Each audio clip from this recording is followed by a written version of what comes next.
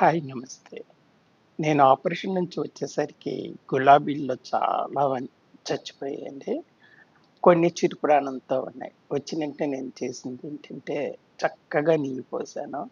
నీళ్ళు పోసిన తర్వాత ఆకులన్నిటిని తీసేసాననమాట. ఆకులన్నిటిని తీసేసి ఒక గుప్పెడు బియ్యాన్ని ప్రతి తొట్టిలోనూ పోసాననమాట. అంతే. మళ్ళీ ఎంత చక్కగా చిగుళ్ళొచ్చాయి. ఎంత చక్కగా పువ్వులు పూస్తున్నాయి. అన్నిటికి కారణం ముందు ఆకులు తీసేయాలి. ఒక పిడికెడు బియ్యం తొట్టిలో వేసేయాలి.